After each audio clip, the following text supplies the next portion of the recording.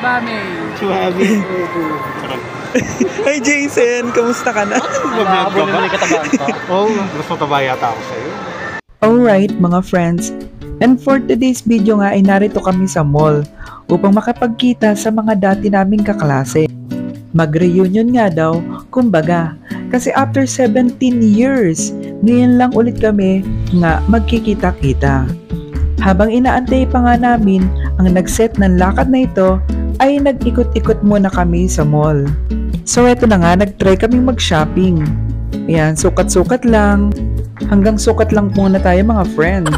At itong si ate girl mukhang seryoso sa pamimili ng kanyang window shopping. At nang may lumapit na sales clerk, lumipat na nga kami. Sa dami ng aming inikutan, nakaramdam na nga kami ng gutom. At dahil sa gutom namin, ay napa-order nga kami ng lasagna, pizza, chicken, at spaghetti. O di ba bongga ang aming tanghalian? O tara na, let's eat!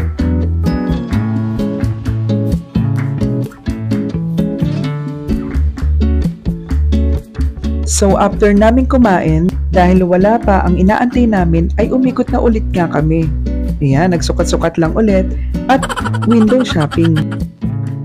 At dito ay dumating na nga ang aming inaantay na si Nelson. Ayan, nilibre pa niya kami ng pabango.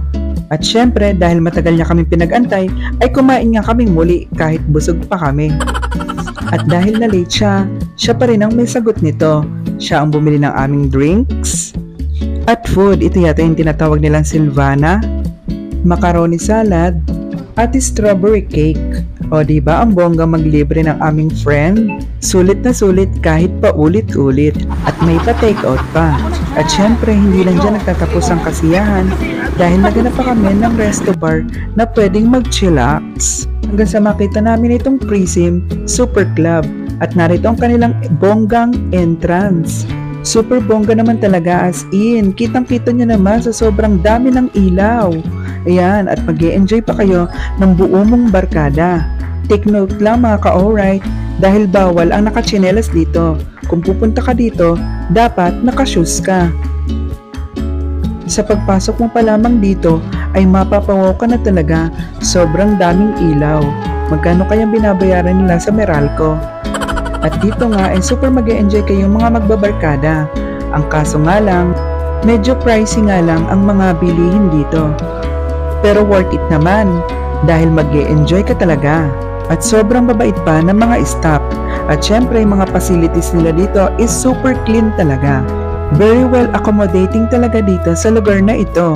Kitang-kita nyo naman na magiging komportable talaga kayo. At super sulit talaga na mga ibabayad nyo dahil sobrang ganda talaga sa lugar na ito. Ang Prism nga pala ay located sa Cabanatuan City. Hanggang sa muli mga ka-alright.